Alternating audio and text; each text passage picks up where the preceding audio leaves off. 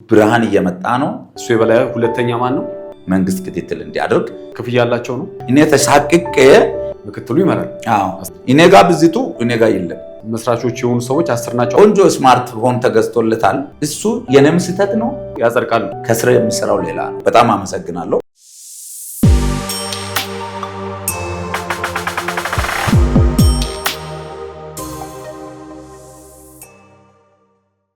ለህዝብ ለማሳወቅ ከመጣሁት ነገሮች መካከል አንዱ በጥሩ ሁኔታ በህግ ባለሙያ በተጠና እነዚህ ሰዎች የሚያደርጉት ነገር ዘጸአት 1 ብሎ በዚህ ማሊያ የሚጫወቱበትን ወንጀል ለማጋለጥ አንደኛ እነዚህ ሰዎች እዚህ ካልገባችሁ ብሎ በግላችሁ እየደወሉ ያስጨነቃችሁ ሰዎች ይሄን መንገድ መታችሁ ቃል እንድትሰጡ ለፌደራል ቃል እንድትሰጡ ጥሪ እናደርጋለን።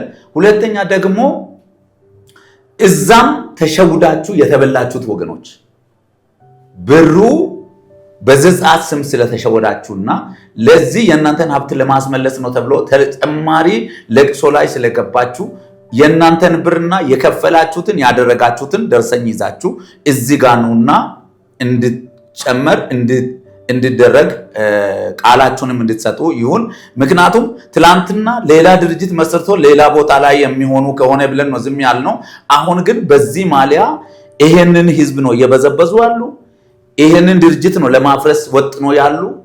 በዚህ ላይ እየሰሩ ስላሉ ዘጸአት 1 የሚባለው ከነ ሀብቱ ከነ ንብረቱ ህዝቡም ሁሉ የዘጸአት የሪል ስቴቱ አባል ስለሆነ እዛ ላይ የተሰበሰበ በሙሉ ከነ ዶክመንቱ ተጠቃሎ መጥቶ እዚህኛው በዋናው ክስ ላይ አብሮ እንዲያያዝ ማመልከቻ ያስገባን ስለሆነ ይሄን አውቃችሁ አባላቶች ከዚህ በኋላ ዘጸአት 1 የሚባለው ላይ ያሉትም በሌብነት ስራ፣ በወንጀል ስራ፣ በምዝበራ ስራ ነው ያሉት። ሌላም ደግሞ ማስፈራራትን እያደረጉ ነው። ሌላ ማቴዎስ ከተናገረው ቅድም ካልኩት እያስፈራሩ ነው የሚባሉት እኔ ሙሉ በሙሉ መረጃው ሲደርስ ደግሞ ብሪፍ አደርጋለሁ። ሌላም ጊዜ እነሱ ናቸው አሉ ለኛ ስጠን፣ ይሄን የህዝብን ሀብት ለኛ ስጠን፣ ለዘጸአት 1 ስጠን። ምንን ብድርና ቁጠባ ውስጥ ያለውን ዘጸአት የለውጥ ሪል ስቴት ውስጥ ያለውን በሙሉ ወደዚህ መልስ ብሎ ነው እያስፈራራቸው። የመጠየቅ የላቸውም። በማስገደድና በሌላ መንገድ እኮ ነው። በሌላ መንገድ ነው። ለህይወት ሰጋው እየጮሄ ነው። አሁን እሱ ለሱ መወገን አይደለም። አሁንም ግልጽ ህዝቡ እንዲረዳ የሚፈልገው ለማቴዎስ መወገን አይደለም። ማቴዎስ ይመልስ ነው የኔ ጩኸት። ማቴዎስ ደግሞ መልሻለሁ ካለ ይሄው ሀብታችኋል። ሌሎች በስሙ የነበሩት ሁሉ ተመዝግቦ ነው አሉ። በቤተሰቡ ስም በድርጅቱ ሰራተኞች ስም የነበረ በአካውንት ጭምሮ የጉዞ እግዳ ጭምር የተደረገው በማን ነው? እኔና ከኔ ጋር የነበሩ ቦርዶች ናቸው ይሄን ሁሉ ስራ ይሰራል። ዘጸአት 1 ላይ የነበረውም ሆነ አቶ ከፍያለውም አቶ ሀብታሙ አብዲ አቶ ከፍያለው ብርሃንም ለዚህ ዘጸአት ለማፍረስ ወጠኑ እንጂ ለመደገፍ ይሄን ጉዳይ ወደ ግብ ለማድረስ አንድም ጥረት አላደረጉም። ጭራሹኑ ያኛው የመንግስት ደህንነት መታወቂያ አለው፣ በዛ ያስፈራራል። የትኛው? አቶ ሀብታሙ አብዲ የሚባለው። ይሄም መጥፎ ተግባር ነው። መንግስት ያለበት ሀገር ላይ በመንግስት መታወቂያ ሰውን ማስፈራሪያ መጠቀም ደህንነት ነኝ ብሎ ማስፈራራት መንግስት ክትትል እንዲያደርግ ለጠቅላይ ሚኒስትር ለከንቲባችንም ይድረስ፣ ለደህንነት መስሪያ ቤትም ይድረስ። የሚያደርጉት ብዙ ተጽዕኖ ለነም በቃላትም በሱ በኩል ባሉ ወገኖችም የተደወለልኝ ነገር ስላለ ነው። አቶ ከፍያለው እቺ ኢዘማን ገጂ ፓርቲ ባለበት ሀገር ላይ የኢዘማ ፓርቲ መቼም ደህንነት ሆኖ የሚያመጣውም ለውጥ የለውም፣ ግን ማስፈራሪያ የተጠቀመበት ነው። ሁለተኛም ደግሞ ህዝቡን አትሸውድ፣ ህዝቡ የፈለገውን ይምረጥ እንጂ አንተ ደግሞ ለአንድ ዓላማ በሆነ ድርጅት ውስጥ በማህበር የተደራጀ ውስጥ ሌላ ፖለቲካ የምሰራበትንም እንዲያቆም መንግስት እነዚህን ሰዎች ሁለቱም ሰዎች በልዩነት እንዲከታተል በማመልከቻችንም አስቀምጠናል። አሁንም ይታወቅልን ነው የሚለው። ሌላው ደግሞ ለመሳደብም በጣም አፋቸው ከባድ ነው። አስቦ በሰባውነት በክርስትና እንደዚህ አይነት ተግባርም አይቻል አውቅም ከእንደዚህ አይነት ተግባርም እነዚህ ሰዎች እንዲቆጠቡ ይሁን። ዘጸአት 1 ብላችሁ አብራችሁ እየወጠናችሁ በዚህ ተግባር ላይ ያላችሁ ሰዎች ደግሞ ጥቂቶች ናቸው። ህዝቡም እንዲያውቅ የሚፈልገው ከ10 ያልበለጡ ናቸው። ዘጸአት 1 ብሎ መስርቶ ራሱ እንዳም አላማው ልክ አይደለም እኔ ያሰብኩት ልክ አይደለም ብሎ ከዛ የወጣ ሰው አለ። ሌላ ጊዜ በስሙ መናገር ይችላል። ቅድም 37 ነበሩ አጠቃላይ የወጡት የነበሩት 37ቱ ደግሞ ፒኤልሲ ነው። ኦኬ ፒኤልሲ ለማለት 37 አዎ እሺ 37ቱ አሁን አጠቃላይ ታግዶበት የህዝብ ነው ተብሎ የፒኤልሲም ነው የተጠናው። ፒኤልሲ ላይ የህዝቡ ስለሆነ አሁን ዘጸአት 1 ነው እየሸወደ በሁለት ማሊያ እየተጫወተ ያለው ለዚህኛው ነው የምታገለው ይላሉ። እዛ ጋር ደግሞ ሌላ ብር እየተቀበሉ። ስለዚህ ዘጸአት 1 ለመስራቾች የሆኑ ሰዎች 10 ናቸው አጠቃላይ ነው አይደለም። እነሱ ከ80 በላይ ናቸው ሲመሰርቱ 87 ነው ምናምን ሰዎች። አስሮቹ ምንድን ናቸው? አስሮቹ እየተወኑ ያሉ ይሄን ድርጊት ጥቅምም እየተቀበሉ ያሉ። አሁን ከፍ ያለው ቆንጆ ስማርትፎን ተገዝቶለታል። በዚህ ሁለተኛ ቢሮ ላይ እንደ ሰራተኛ ስራ የለውም ድሮ በዚህም ስራ እየፈለገ ነበር። ስራ አግኝቷል። በማን? በዘጸአት 1። በየትኛው ወቅት? በዘጸአት ዋናው ወቅት ነው እየተመዘበረ ያለው እኮ። አሁን እየጮኩ ያለው ለየትኛው ነው? ዘጸአት ዋናውን እኮ ነው ለመጉዳት እኩል ነው። ለሚዲያም እኛ ኑ ብለን የጠራ ነው። ነገር ግን ሐሙስ ማታ የሆነ ደብዳቤ ደርሶ ነበረ። ተለውጧል አልተወሰነ ጊዜ ተባለ። እንግዲህ እናንተ እዚህ ገብታናል ስላላችሁ ብድርና ቁጠባና ሪል ስቴት የሚለውን ቀድመን የመሰረትነውን ለመናድ ለማፍረስ ለመውሰድ ነው። አሁንም ዛቻው እየመጣ ነው። ዛቻው ሰውዬ ጋር ሄዷል። እኔ ጋር ብዚቱ እኔ ጋር የለም። ስለዚህ ወዴት ነው እኔ ጋር የፈለጉ ያሉት? ወደፊት እንዳልሄድ ስመን እያጠለሽ ያሉት ለምንድን ነው? እኔ ተሳቅቄ የሆነ ነገር ሆኖብኛል ብዬ ወደኋላ እንድመለስ ነው። ከማቴዎስ ጋርም የሆነ ጊዜ ላይ ሲሰሩ ነበሩ። ከማቴዎስ ጋር እንደሰሩም ደግሞ ቪዲዮ መልእክት አለ። እሱንም ልልክልህ ይችላል። አብረንን ሁለቶቹን ስም ጠርቶ ማለት ነው ሀብታሙንና ከፍ ያለውን አብረን እየሰራን ነው። ምንድነው እየሰሩ ያሉ? አሁን ደግሞ ስራቸው ያው እንግዲህ በስርቆት በሌብነት በሆነ ቦታ ላይ የነበረ ሰው በመከፋፈል ነው አይደል የምታለው። ጥላቻቸው አሁን እየወጣ ነው። በስም አልተገላለጹም፣ እየመጣ ነው። ማን ነው ይሄን ነገር የሚያደርገው ካለ ዘጸአት 1 ላይ እናስመልሳለን ብሎ ሲናገሩ ነበር። ዘጸአት 1 ላይ እንዴት ሌላኛው ድርጅት ይመልሳል? የህግ አግባብ የለውም። ስለዚህ ይሄን ደግሞ በኃይል ለመናድ ሲመጡ ማቴዎስ ይኸው የደበኩት ብለዋል። የዘጸአት አባላት ሆይ የእናንተን ዶክመንት ለፌደራልም ለአቃቤ ህግም ሰጥተናል። ማቴዎስ የላከውንም አሁንም እዚህኛው ሚዲያ ላይም እነዚህ ቪዲዮቹን ሰጣለው። በዚህ ልክ እግዚአብሔር ይመስገን። አሁን የመጨረሻ ደግሞ ሲጠቀልል የኛ ጉዳይ የኦዲቱን ጉዳይ አልቆ የምርመራ ሂደቱም አልቆ አቃቤ ህግ ውሳኔ ወስኗል። ውሳኔ ደግሞ ፍርድ ቤት ላይ ቀርቦ ማቴዎስም ኢንተርቪው ተደርጓል። ወደ ፍርድ ቤት ቀርቦ የሆነ ውሳኔን የምንሰምበት መልካም እድል ጊዜ ደርሷል።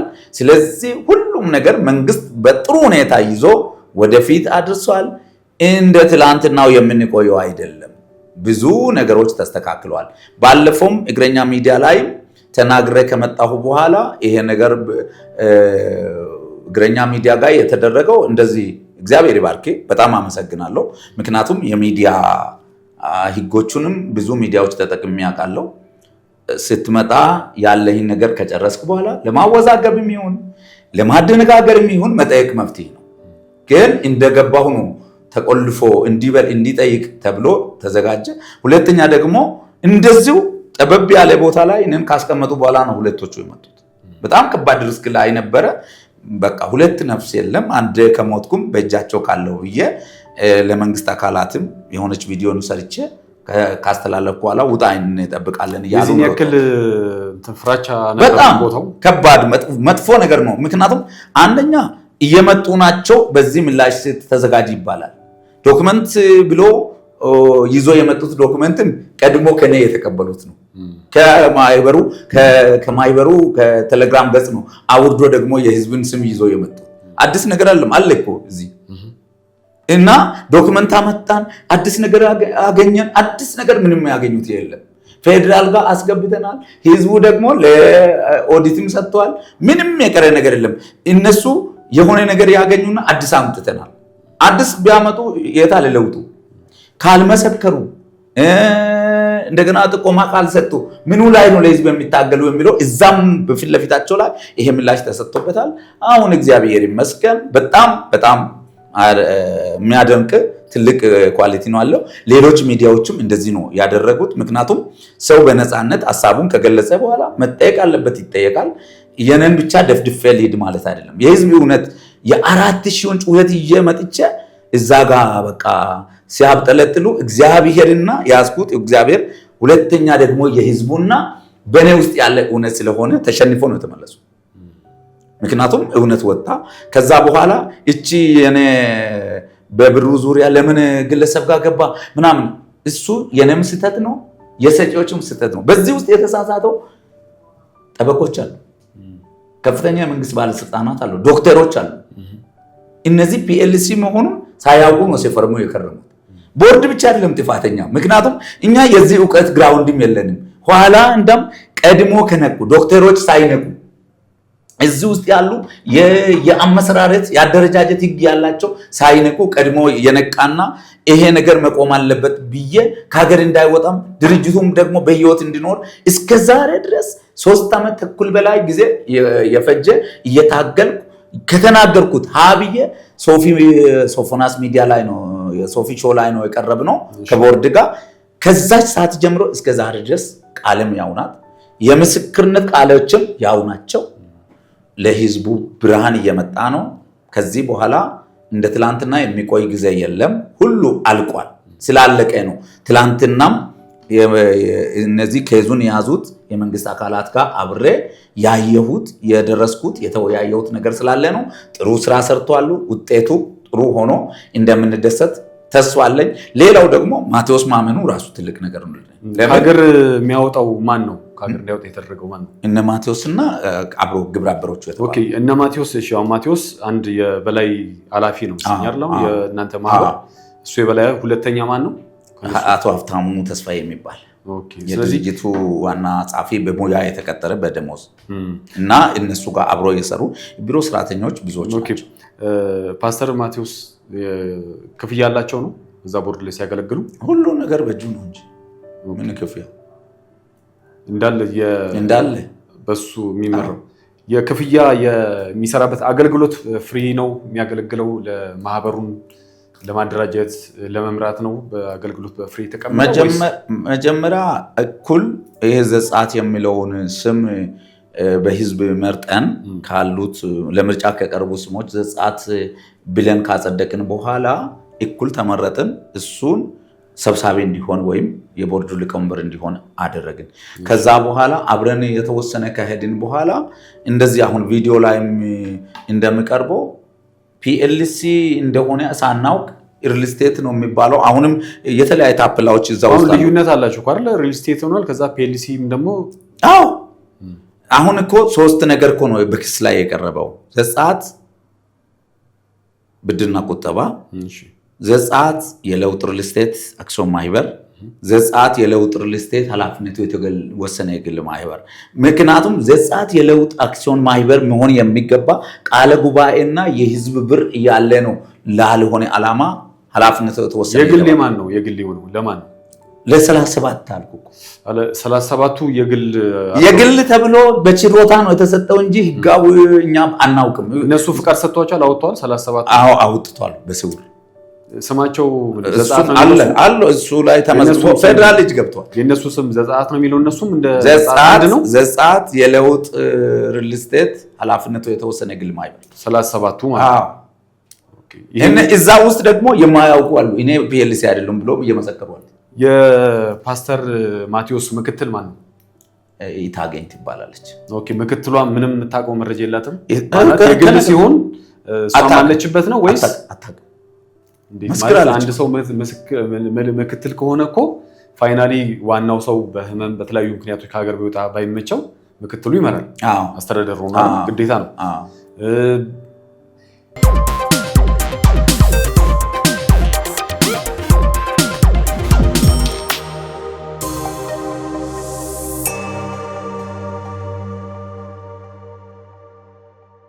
የመተካትም ነገሮች ይኖራሉ በተለያዩ ሁኔታዎች ላይ። እንዴት ምክትሉ አሳታቂ እድል ፋንታ አይሰጥም። እሱ በቦታው ላይ እንደሙሉ ጊዜው ነው እየሰራ ያለው። ሁለተኛ በሽያጭ በግዢ ምናምን ላይ እያተጣደፉ ቦርዶቹ በወርም ከወር ውስጥ በሁለት ጊዜም ይገናኛሉ፣ አንድም ይገናኛሉ። እኔ ደግሞ ያለውበት ክፍለ ከተማ እርቀት 1 አግሎትም 2 ብዙ ጊዜ ቦርድ ጉባኤ ላይ አልገኝም። እነዛ ግን ለሚኩራ ላይ ስላሉ የመገናኘት ፕሮባቢሊቲ አላቸው። ነገር ግን ምክትሉም በምክትልነቱ ገንዘብ ያጁም በገንዘብ ያጅነቱ ሙሉ በሙሉ እንዳይቆጣጠር ተደረገ፣ ዳይቨርት ተደረገ። እኛን በአየር ላይ ለውሳኔና እንደዚህ ቆንጆ የሆነ ቢሮ አለን፣ እዛ ላይ እንወስናለን፣ ቃለ ጉባኤ ይያዛል። ከስረ የሚሰራው ሌላ ነው። ቦርዱ ለውሳኔ ይገኛል። በቃ ውሳኔ አንድ ጉዳይ የጸደቀ ሐሳብ አለ፣ እሱ ለተወያይቶ ያጸድቃል እንጂ ምንም ስራ ሂደት ላይ አይታይም።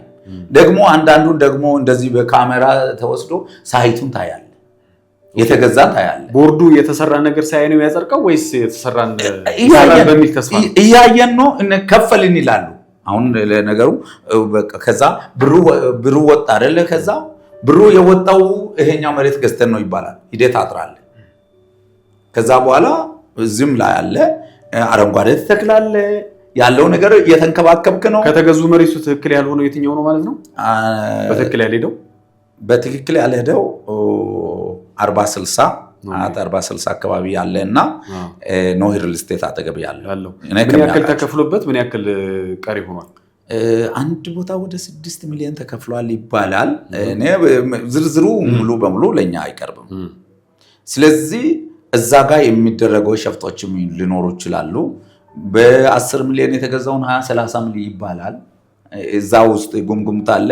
እኛ እኮ አካሄዱ ያልተጨበጠ መሆኑና እንደገናም ደግሞ ለኛ ክፍት ያልሆነ መሆኑ እኮ ነው ጥርጣሬ ውስጥ የከተተው። እንደዚህ ለዚህ የበቃው። አዎ እንደገና ደግሞ ምንድነው ከነዚህ ውስጥ አንዳንዱ የምታምነው ቢሮ ያብደን በቃ ወደ 3 ፍሎሮቹ በሙሉ የኢንቨስትመንት ቢሮ የምን ቢሮ በቃ ስትሄድ የህግ ክፍል ምናምን የተደራጀ ነው። ማንም አሁን አንተ ብትሄድ ሌላ ነገር ሳትል ዝም ብለህ ክፈል የተባለ ነው የምትከፍለው። ምክንያቱም የእንትኑ ዲዛይኑ ታያለ።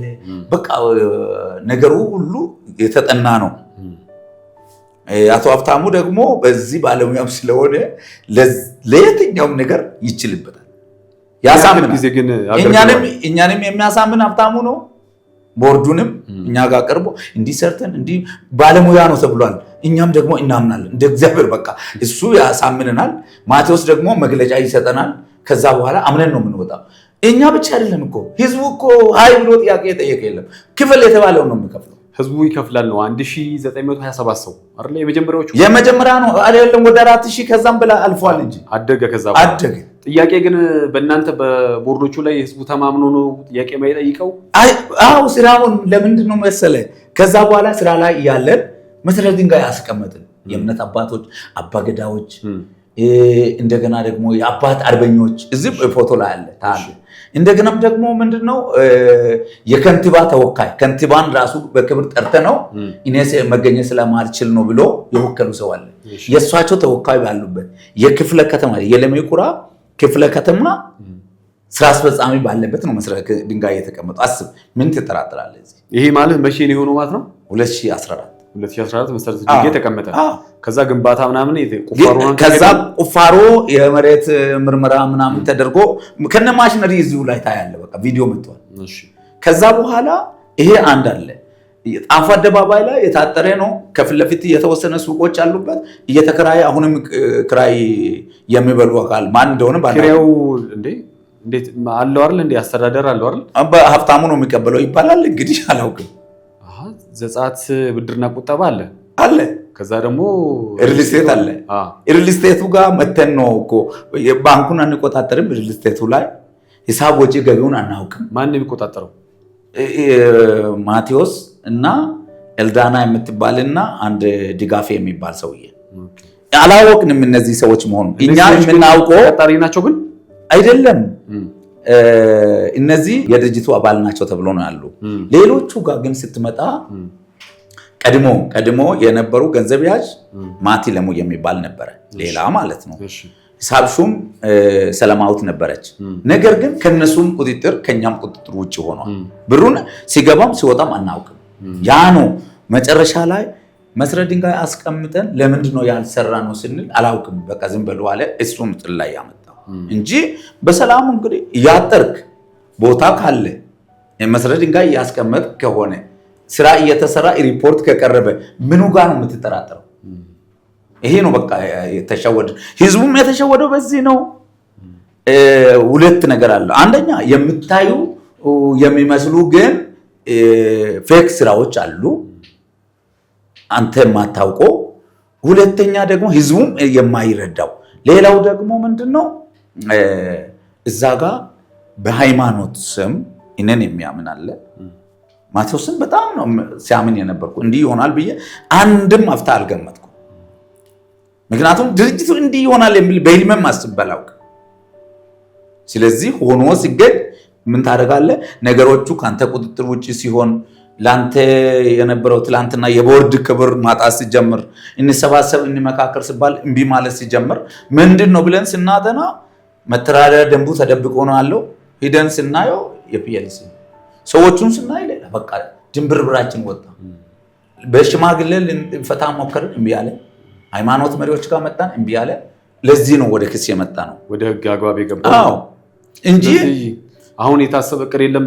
እንዳለ የቁጠባ ላይ ቤት ለመግዛት ቤት ለመውሰድ የተመዘገበ በአጠቃላይ ተሰብስቦ እንደ አዲስ ኃላፊዎችን የመምረጥና የማደራጀት ነገር ውስጥ እሱን 3 ጊዜ ሙከራ አድርጌ 3 ጊዜ ነው ፌል ያደረገው።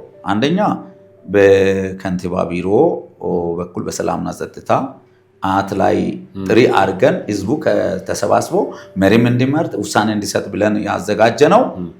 እሱ አደናቀፈ በተለያየ መንገድ በቃ ባለስልጣን በምንም ብሎ እሱ ዝርዝር ላይ አልገባም። ሁለተኛ ደግሞ ኦሮሞ ባህል ማዕከል ላይ አዘጋጀን። እሱንም እርቅ እንታረቅ እንጂ በቃ እንደዚህ አታስወስኑ ብሎ ህዝቡ ከወሰነ ሌላ ነገር ስለሚሆን አስቀረ።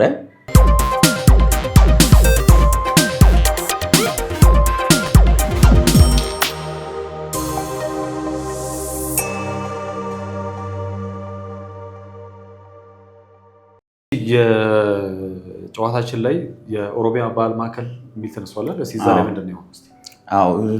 ኦሮሚያ ባህል ቀጥሎ ኦሮሚያ ባህል ማዕከል ላይ ህዝቡን ጠቅላላ ጉባኤ ጠርተን በዛም ውሳኔ እንዲሰጥ ዝግጅት ከጨረስን በኋላ እርቅ በሚል ሰበብ እሱንም ደግሞ እንዳይሆን ተደረገ። ፍቃድ ሁሉ ያለቀውን ከዛ የመጨረሻ እርቁም ሳይሳካ ሲቀር የመጨረሻ እርምጃ በብድርና ቁጠባ ስም ህብረት ስራ ነው አደራጅ መስሪያ ቤቱ እንዲጠራና ህዝቡ በንብረቱ ላይ መተው ውሳኔ እንዲሰጥ ተብሎ ለሚኩራ ወረዳ ስር ድሮ የተደራጀነበት ቦታ ከህብረት ስራ ዋና ኮሚሽን ደብዳቤ ገብቶ ክፍለ ከተማ ወረዳም የህብረት ስራ ዋና ኮሚሽን ቢሮዎች የነበሩትም እዛ ቦታ ላይ ተገኝቶ ግንቦት 9 ላይ የመጀመሪያ ጉባኤ ተደረገና ቀጣይ 24 ላይ ህዝቡ መጥቶ መሪ ይመርጣል። እንደገናም ደግሞ የፈለገውን ሹምሽረት ያደርጋል፣ ውሳኔ ይሰጣል ተብሎ ተወሰነና ስንወጣ እሱም እንዳይሆን ተደረገ እና ህዝቡ የፈለገውን እንዳይመርጥ እንደገናም ደግሞ ውሳኔ እንዳይሰጥ ሲያደርጉ የነበሩት አካላት አሉ። ያው ፓስተር ማቴዎስም በጣም ኃይለኛ ስራ ነበር እነዚህ ነገሮችን ለማስቆም። እሱ ብቻ ሳይሆን እንደም አቶ ከፍ ያለውም ሆነ አቶ ሀብታሙ ያልኳቸው ሰዎችም ከሱ ጋር በጣም በምስጥር ነው ሲሰሩ የነበሩ። ነገር ግን ከዛ ወዲህ ነው ህዝቡ ተበታትኖ እስከዛሬ ድረስ ውጤት ያጣን። ከዛ አሁን እግዚአብሔር ይመስገን ኦዲት መጥቷል። ኦዲት ወደ 2 ዓመት ምናምን የተጠጋ ጊዜ ነው እዛ የቆየው በእኛ ቢሮ ላይ ጨርሶ ለፌደራል ሰጠ። ፌደራል ነው እንዲገብቶ እንዲመረምር ያደረገው። ኦዲት ገብቶ እንዲመረምርም ራሱና ወስጄ ቢሮአችን ላይ ለመጀመሪያ ያስገባሁት እኔ ነኝ። አሁን ሌላው ደግሞ ኦዲት ለኛም ለህዝቡም ጠርቶ ቢሮአችሁን ተረከቡ ሳይል ለአቶ ሀብታሙና ለአቶ ማቴዎስ ነው ሰጥቶ የወጣው። ያም ትልቅ በደል ነው። ሁለተኛ የህብረት ስራ የተደራጀንበት ቢሮም ንብረቱም ሁሉ የት እንደሆነ የለም። የዘጸአት ቢሮም የለም። እነዚህ ነገሮች አሁን ዶክመንታችን፣ ላፕቶፑ፣ ዴስክቶፕ ሁሉ የቢሮ እቃ ሁሉ ከነ ዶክመንቱ ሌላ ቦታ ሄደዋል። ግን ደግነቱ ኦዲት ወደ 86 የዘጸአት አባላት መዝገብ ይሄ ፋይል ቦክስ ይዞ ነው መጣ። ኮፒ ስካን አድርጎ ማለት ነው። በግል አካውንት የገባውን በድርጅት አካውንት የገባው ሁሉ አጥንቶበታል። እነዚህ ውጤቶች አሁን ፌዴራል ምርመራውን ጨርሶ ለአቃቤ ሕግ ሰጥቷል። አቃቤ ሕግ ወስኖ ፍርድ ቤት ላይ ይቀርባል። ፍርድ ቤት ላይ ሲቀርብ ደግነቱ አሁን ማቴዎስ ያለውን ንብረቱን የተወሰነውን ማመን ጀምረዋል። በኦዲት ግኝት የተገኘው ይመጣል። ህዝቡ ጥሩ ነገር ላይ ሊመጣ ነው። ስለዚህ ማጠቃለያ ሲናደርግ ዘጸአት 1 ላይ የሚሰሩ ስራ እየሰራን ነው ያሉት እንዳልሰሩ፣ የሚሰሩት ደግሞ ለግል ጥቅማቸው ዘጸአት ዋናውን ለማፍረስ እንደሆነ ህዝቡ ተጠንቅቆ፣ አሁን ግን ይህን ስል እኔን ብቻ ይመኑኝ ያልኩ አይደለም። አሁንም ከዚህ ቀጥሎ ሁሉም 4000ውን ማምጣት ስለማይገባ ነው። 1-2 ሰዎች ከኔ ቀጥሎ መጥቶ ያላቸውን ነገር ተበዳይ ናቸው ምን ላይ እንዳለ ሂደቱ ላይ መጥቶ ያዩ ሰዎች ይናገራሉ። ፌዴራል ምርመራውን ጨርሻለሁ ብለዋል። አቃቤ ሕግም አጠቃላይ ውሳኔን ጨርሰናል ብለዋል። ከነሱ ማፍት ሰማለ ለማለት ፈልጌ ነው። ህዝቡ ይታገስ።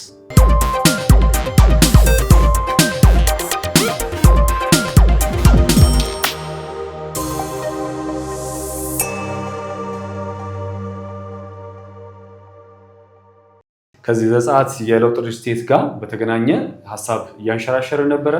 ከዛ መሀል እንግዲህ ጋሼ እዚህ ያሉ ማለት ነው። ጋሼ ራሳቸውን ያስተዋውቁልኝና ወደ ጉዳያችን እንገባለን። እኔ መጋቢ ደስታ ደርጋሶ እባላለሁ። በዘጸአት ውስጥ አባል ነኝ። አንደኛ ዙር ላይ ተመስግቤ ብዙ ዋጋ የከፈልኩ ሰው ነኝ። ቤትን ሸጬ በዘጸአት ላይ 3 ዕጣ ያለው ሰው ነኝ። በዚህ አንጻር ዘጸአት እንደመጀመሪያ ሳይሆን እየሄደ ባለበት ሰዓት ላይ ህዝቡን በሚጎዳ መልኩ በብዙ መልኩ እየቀየረ ሄዷል። እንደመጀመሪያ ሳይሆን መልኩ እየተቀየረ በመሄዱ በጣም ተጎድቻለሁ።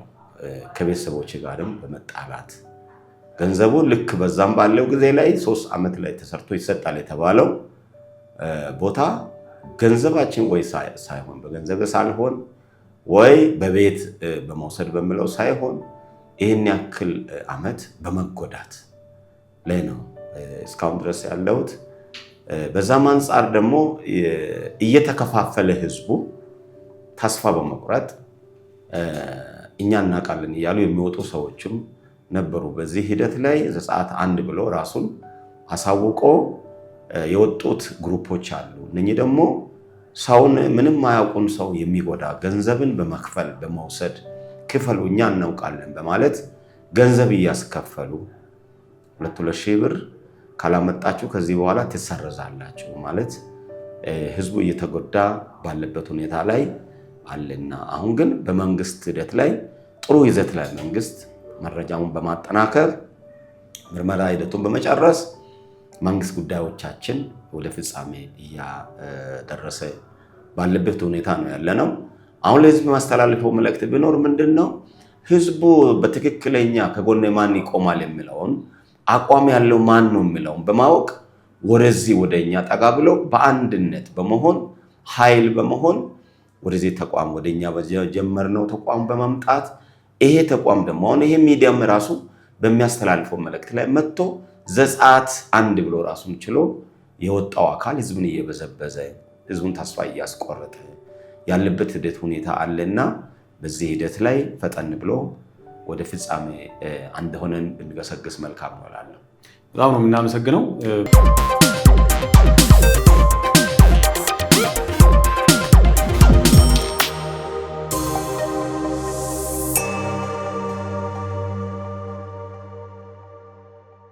ተመልካቾቻችን እንግዲህ አሁን ደግሞ ሁለተኛው ተበዳይ ያለ ማለት ነው። ዘጸአት የለውጥ ሪልስቴት ላይ እንግዲህ የደረሰብህን ወንድማችን ራስን አስተዋውቀልን እስኪ የደረሰብህንም በዛው። አመሰግናለሁ። ስሜ ፓስተር ገላና ኩማላ ይባላለሁ። ዘጸአት የለውጥ ሪልስቴት አባል ነኝ። ከአባሉም የተጎዳና የተበደልኩት ነኝ። ስለዚህ በዛ አባል ነኝ ማለት ነው። እስኪ ዘጸአት 1 ሲመሰረት ከመስራቾቹ ከመጀመሪያዎች ነው ያለው የነበርከው? ከዛ በኋላ ሲመሰረት ከመጡት ውስጥ ነው?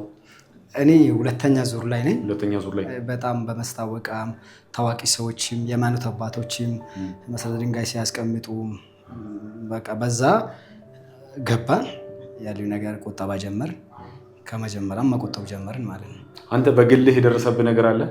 የደረሰብኝ አሁን እኔ 56,000 ነው የቆጠብኩት። በድጋሚም ደግሞ አክሲዮን የገዛሁት አለ እና ከፈልን። ከዛ ወዲህ አግሪመንት አደረግን። 2017 ላይ ርክክብ ታደርጋላችሁ ተብለን በዛ እየጠበቅን እየቆጠብን ያለ ያ ነገር በማይባራ አክሲዮን ተብሎ የነበረውን ወደ ግል ፒኤልሲ ተቀይሯል ተባለ። ቦርዶች ነበሩ፣ እዛ ላይ የተመረጡ ቦርዶች እየሰሩ የነበሩ በጣም ኪስ ጀምረናል፣ በደል ደርሶብናል አሉ። እንግዲህ እኛ አባል ነን፣ መርጠናል፣ አምነናል። አምነን ደግሞ የጀመርነውን እነሱ አራህ ያደረጋብን ሐዋርያ ማቴዎስ ሰብሳቢ ነበሩት። በእሳችሁ ምክንያት ወደ ፒኤልሲ ስለተቀየረብን ተባላ። አብሬን ደግሞ እኛም ጠርቶ ኪስ ተጀመረ፣ ወደ መንግስት አቤቱታ ተቀረበ። ያ ነገር ሁሉ እየሰማን መካከል ደግሞ እርቅ ተደረገ ተባላ። ከቦርዱ ደግሞ ታርቅናል ተባላ። ህዝብ አልተጠራም። አንድ ነገር ይሄ የህዝብ ንብረት ነው። እነዚህ ቦርዶችም እየተመረጡ ለህዝብ ነው እና ታርቅናል ሲባል ህዝቡ እኛ አልሰማንም። በዛ መካከል እስካሁን ድረስ 2017 ቤቱን ትረከባላችሁ የተባልነው እስካሁን ድረስ ያገኛል ምንም የለም ማለት ነው። መልካም እንግዲህ ያው ይሄን የምትመለከቱ ለሁላችሁም የሚሆን ነው ይሄ ማለት ነው። በአፋን ኦሮሞ ደግሞ እስኪ ይሄንን ራሱን ሐሳቡን እስኪ ገለቶማን ሲንጀራ ዘጸአት የለውጥ ሪስቴት ብድብና ቁጠባ ሚሴንሳ ታኔ ከንጅሩ ታተኒስ ከንጅርተኒ ነሞታ ባየዳ ብዮታ ገራገራራ ፈጎራ ዲዮራ አከፍ መጋላ ፊንፊኔት ነሞቲን ባየን ሰገሌ ተውፊ ከን እንደንደኛ ነሞቲን ባየን ልቄፈቹዳን ከራ ገራገራቲን ቆጠቦዳፍ ኢርማና ከነረጎቻ ቱረኒ ቦሳ ቱረኒ ገሩ ኦቶ ኤገታ ጅሩ ኑቀቀባው ተወጀኑ አመማት ዋንቲ አርገን እንጅሩ ኡንፋዳን አኒ መታኮቲን ብሪኩ መሸንተሚጃ አክሲዮን አካን ቢቴ ቀባ ኦቶ ኤጋ ጅሩ ቦርዲን ኑቲ ፊለን ነሞን ኑቲ ከወን ሞ ዋን ማለቀ ከንፈል ጀዳን ከና ፓስተር ማቴዎስ ገራ ዳባቲቻ ካን ኡንፋት ፒኤልሲ የግል ማህበሪት ገደረሚረ የቹዳን ሰነራን ካን ካኢሞ ከሲን ጀልቃሜ ኤርገሲሞ አራራ ይዳኒ ሐራር ጋፈታው ከና ኡመን ነሙኒ ኩምኒ አፍሩ አርገሜ ኦቶ ሐራራ ከና ኡመታ ወጅን ከሚዳሜ ኡመታ ሙርቴ አርገቾቶ ቀቡ በረኩ መለማፍ ቆደቶሩ በት ማናኒ ፉደቱ ጀዳሜ ዋዳ አግሪመንት ኑቲ ወሊንጎን ወሊን ከኑም ከመለቲሳ ዋዳ ኑገለሚ ከነተየቶ ጅሩ ገሩ አንጋ አማት ዴቢ ተኮን አርገኔ ማለቀ ከኛ ሲነርገኔ ዋንት ጅሩ ሰከና አለችው። መልካም እንግዲህ በጣም ነው የምናመሰግነው። ሶስተኛውን ደግሞ ተበዳይ ይዘን እንመጣለን ማለት ነው። አብራችሁን ቆዩ። እናመሰግናለን።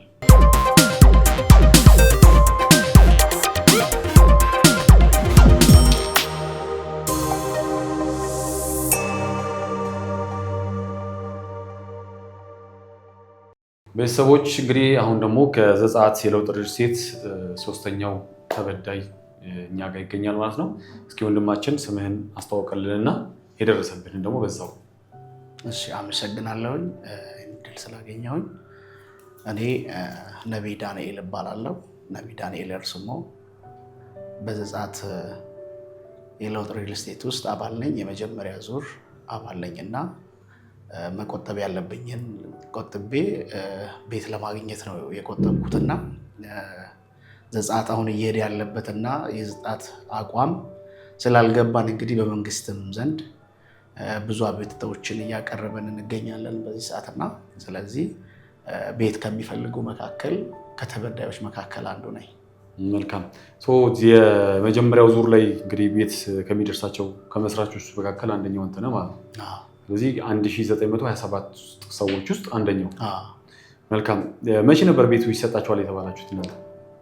እንግዲህ በ3 ዓመት ውስጥ ተሰርቶ ያልቃል ተብሎ ነው የተነገረንና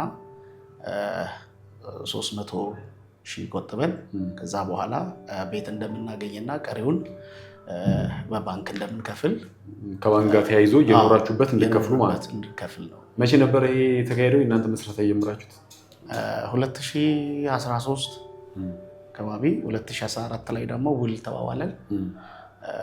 ያ እንግዲህ ውሉን ተዋውለን ስንወጣ ነገሮች አቅጣጫዎችን እየቀየሩ መጡ። ውሉ ላይ የውሉ ሰነድ አክሲዮን ማህበር ይላል። ያረፈበት ማተብ ደግሞ ዘጸአት የለውጥ ሪል ስቴት ኃላፊነቱ የተወሰነ የግል ማህበር ይላል። እንግዲህ ግርታ የፈጠረብንና አመኔት ያጣንበት መንገድ ይሄ ነውና ስለዚህ አሁንም ጩኸታችን እንዲሰማ ነው መጣ ነው። መልካም እናመሰግናለን። እንግዲህ ሙሉ መረጃውን ደግሞ ከፓስተር አጥናፉ አመያ ጋር በደንብ ቆይታ አድርገናል ማለት ነው። ዘጸአት 1 ላይ ያላችሁ ቅሬታ አለን እኛ በዚህ መልኩ ነው እኛ ሐሳባችን የነበረው ወይ አብረን አንድ መሆን አለብን የምትሉ ካላችሁ ክፍት ነው መምጣት ትችላላችሁ። ወንድማችን እናመሰግናለን። እኔ ግን አንድ ማስተላለፍ ፈልገው መልእክት አለኝና እንግዲህ አሁን እየተካሄደ ያለበትን ሁኔታ ባየውበትና ባመንኩበት መንገድ መልእክት ማስተላለፍ ፈልገው ዘጸአት የለውጥ ሪል ስቴት ውስጥ ያላችሁ አባላቶች በሙሉ የራሳችሁን ድምጽ ማሰማት እንዳለባችሁ፣ ለራሳችሁ እውነት መሟገት እንዳለባችሁ መልእክቴን አስተላልፋለሁ። ዘጸአት 1 የሚባለውን እንግዲህ በኔ ግምትና በኔ እይታ ሌላ አጥቂ አካል እንደሆነ ነው ማስበው። ምክንያቱም ራሱን ዘጸአት የለውጥ እንግዲህ 1 ብሎ የመጣ አካል ለህዝብ የሚሟገት ይመስላል። ብዙ ሰዎችን ገንዘብ አምጣ እያለ እንግዲህ ከብዙ ሰዎች ገንዘብ በሌላ መንገድ እየወሰደ እንደሆነ እኔም ላይ እንግዲህ የመጡ ነገሮች አሉና ስለዚህ ከዛ አንፃር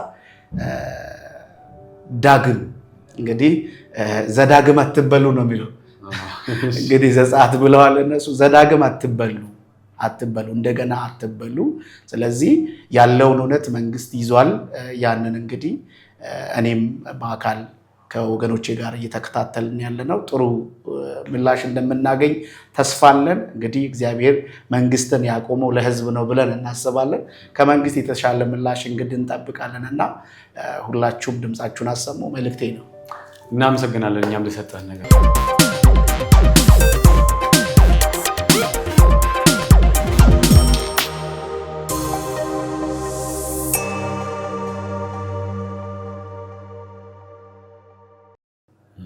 ዋናው የሱ ጉዳይ ደግሞ ዘጸአት 1:10 የተባለ ላይ ሳይሆን በቦታው መንግስት የመረመረበት ቦታ ነው። የዘጸአት ፒኤልሲም ሆነ የአክሲዮን ማህበሩም የብድርና ቁጠባም ሁሉ ተጠንቷል። ድጋሜ አሁን ደግሞ መጨመር አለበት የሚለው እዚህ ጋር የመጣሁበት አንዱ ዘጸአት 1 የተባለውም ህዝቡም የኛ ነው፣ ገንዘቡም የኛ ነው። እነዚህ አጭበርባሪም የወጡት ከዚህ ነው። እነሱም በህግ ፊት ቀርቦ ይጠየቁ። በመንግስት እይታ ውስጥ አሁን ገብተዋል። ተጨማሪ መንግስት ክትትል ያድርግ። የሚያደርጉት አታክንጉን ሁሉ አካሄዳቸውን ሁሉ ቁጥጥር እንዲያደርግ የነሱ ባንክም ሆነ እንቅስቃሴያቸው እንድታገድ የቀድሞቹ እንድታገዱና እነሱም ላይ ምርመራ እንዲደረግ ነው። መንግስት ጋር ይሄን ጉዳይ አመልክተናል። ከዚህ መዝገብ ላይ ያያዝ ብለናል። ማቴዎስ ዘጸአት 1 ብሎን ከሶ የከሳሽ ተከሳሽ እየመለስን ነው ያሉት። እኛ ያነ ዝም ያልነው ምናልባት ተቸግሮ ነው ቢለን ነው። ግን ተቸግሮ ለመፍትሄ ሳይሆን ይሄን ህዝብ ለማስለቀቅ ነው። ይሄን ህዝብ ለመክፈል ነው። ጉዳያችን ወደፊት እንዳይሄድ ለማድረግ ነው። ወደዚህም ይመጡና ጉዳዩን በስራ ይሰጣሉ። ለመርማሪዎቹ የሆነ ነገር ያወዛግባሉ።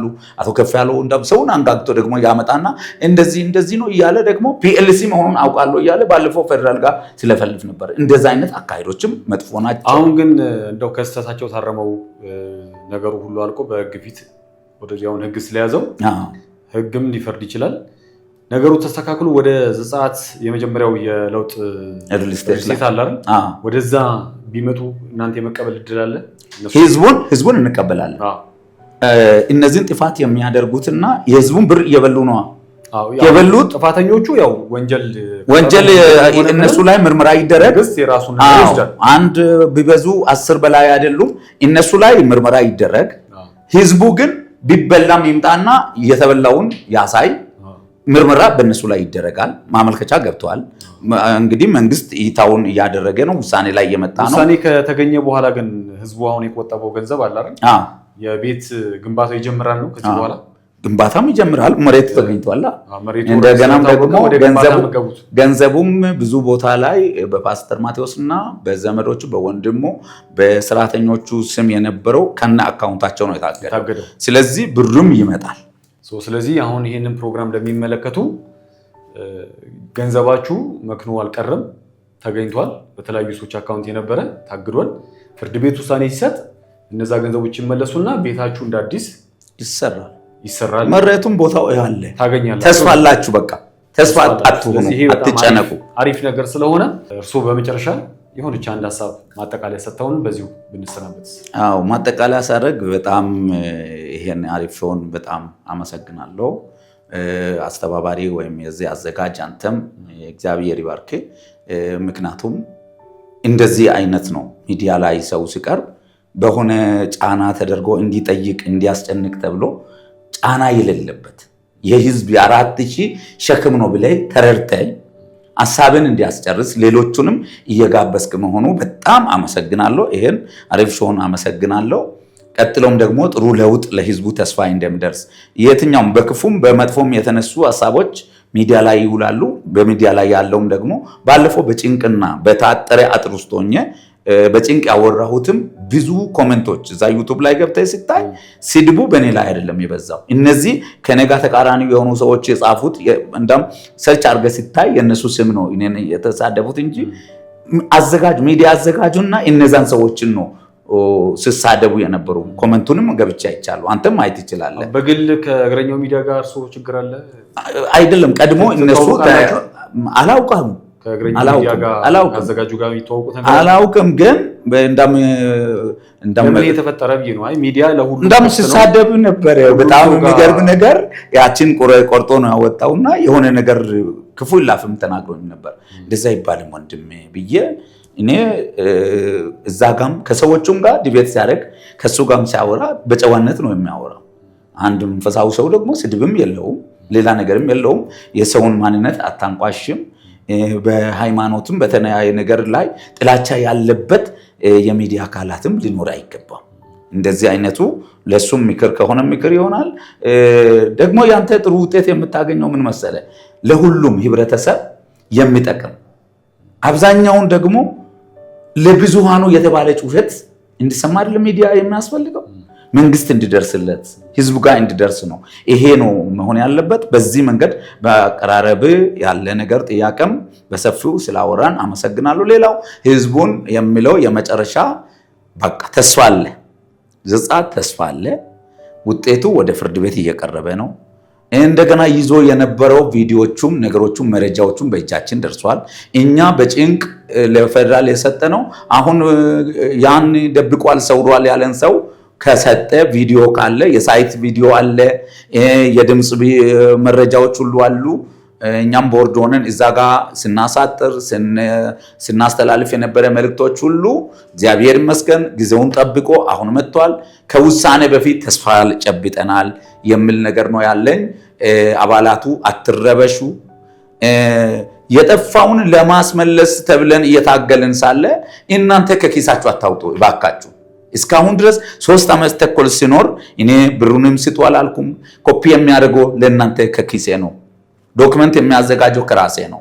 ወጪ ትራንስፖርት ራሱ ከራሴ ነው። እስከ ዛሬ ድረስ ከቦርድም ጋር ከቦርድ ቀጥሎ ደግሞ እነዚህ ጥቅመኞቹም ለጥቅም ብሎ ከነን እስኪለዩ ድረስ ከተለዩም በኋላ ይሄው ከራሴ ገንዘብ ከራሴ ጉልበት ጊዜንም ገንዘብንም ሰዓትንም ሁሉ መስዋዕት አድርጌ ለእናንተ ጥሩ ተስፋ ይዤ መጥቻለሁ።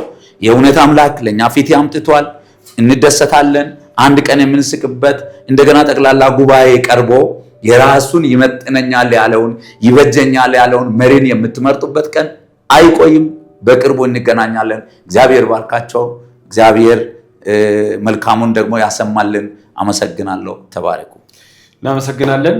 ዘጸአት አንድ እንግዲህ ይሄ በሪል ስቴት አዘጋጅ ሆናችሁ ምናልባት ሀሳብ አለን እዚህ ሚዲያ ላይ ቀርበን ልክ እነሱ እንደቀረቡት እኛም ቀርበን እንናገራለን ካላችሁ እኛ ስቱዲዮአችን ክፍት ነው፣ መምጣት ትችላላችሁ። ከነሱ ጋር የሚመለከተው ሰው በኃላፊነት ያለ ሰው መጥቶ መወያየት እንደሚችል በዚህ አጋጣሚ መንገር እንችላለን።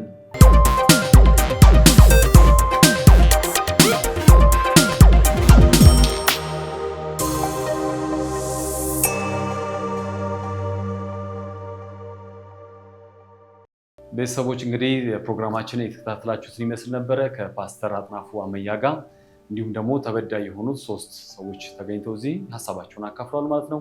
እንደተለመደው እናንተ ቤተሰቦቻችን ቻናላችንን ሰብስክራይብ፣ ሼር፣ ኮፒ ሊንክ እያደረጋችሁ ኮሜንትም እየጻፋችሁልን ከኛ ጋር እንድትሆኑ እንድታበርቱን ስለንጋብዛለን ማለት ነው።